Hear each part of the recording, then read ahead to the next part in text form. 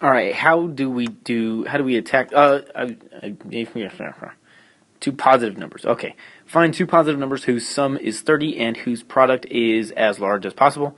The first thing that we're going to do is to try and write an equation that models this situation. So I'm going to do that in blue, and it says find two numbers. So I'm just going to call the first number x, whose sum is 30. Okay, y will be the other number. And that has to equal 30. So find two numbers whose sum is 30. That's the first step. Write down that equation. The next step is to write these two numbers, or write your situation, just using one variable. So I know that the first number is going to be x, and the second number is going to be y, but I can rewrite it only using x's. So like the y I'll solve for. So I'll subtract x. So y equals 30 minus x. Now I can say that instead of x and y, I can say x and 30 minus x. So those are my two numbers that I'm going to use. So the first step was to write down an equation using however many variables you need to use, and then the next step is to write down the situation so that you're only using one variable. And then, so find two numbers, two positive numbers whose sum is 30 and whose product is as large as possible. So this is what we want to maximize. We want to maximize the product of these two numbers. So that would be x times 30 minus x, and that's going to be our product. So it's our product function. Now it's only a function of x. So first step, write down your equation. Second step, rewrite stuff so that you have everything in terms of a single variable.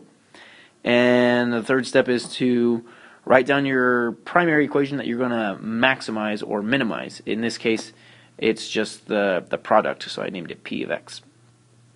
And then all you got to do is find the extrema on this. So the first step is to take the derivative. Actually, I'm going to distribute just so it's a little bit easier. So p of x equals 30x minus x squared. P prime is then 30 minus 2x. So right now I'm solving for extrema. I want to see this product. I want to see, if I had the graph of it, I want to see the highest point. So I have to set the derivative equal to 0 and solve. So I would find that x equals 15, right? So that's my critical points, and then the derivative is defined everywhere because it's a polynomial. So my sign chart is going to be from, well, I guess I can plug it. Well, we have to consider the bounds. Find two positive numbers. So the lowest that x could be, the lowest number, that means is an element of. The lowest x could be is 0, but you can't have 0. 0, and the biggest it could be is, well, if I had it bigger than 30, I would get a negative number, so 30, and not including 30. Plus it says positive numbers, so I won't include 0. So those are my bounds.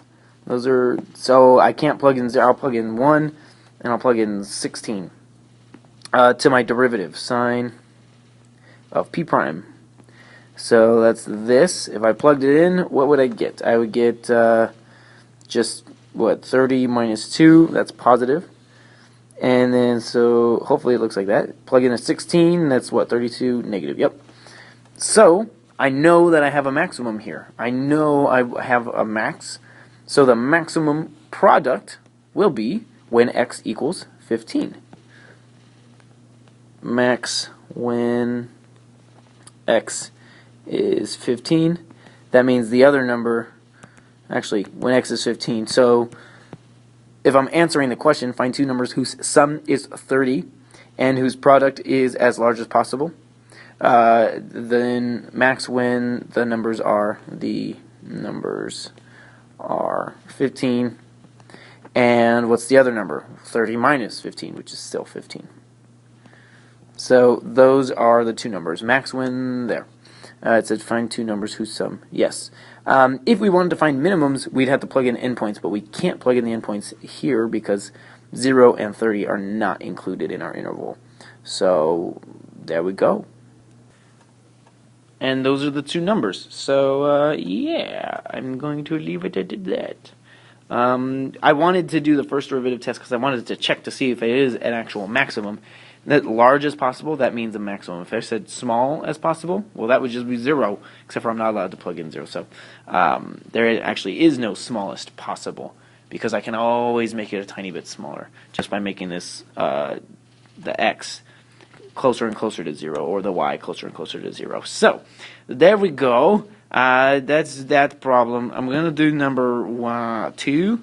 I will do number 2. No, I will not do number 2. I will do number 2. And then I'm going to do number 4 also, because that's a big one.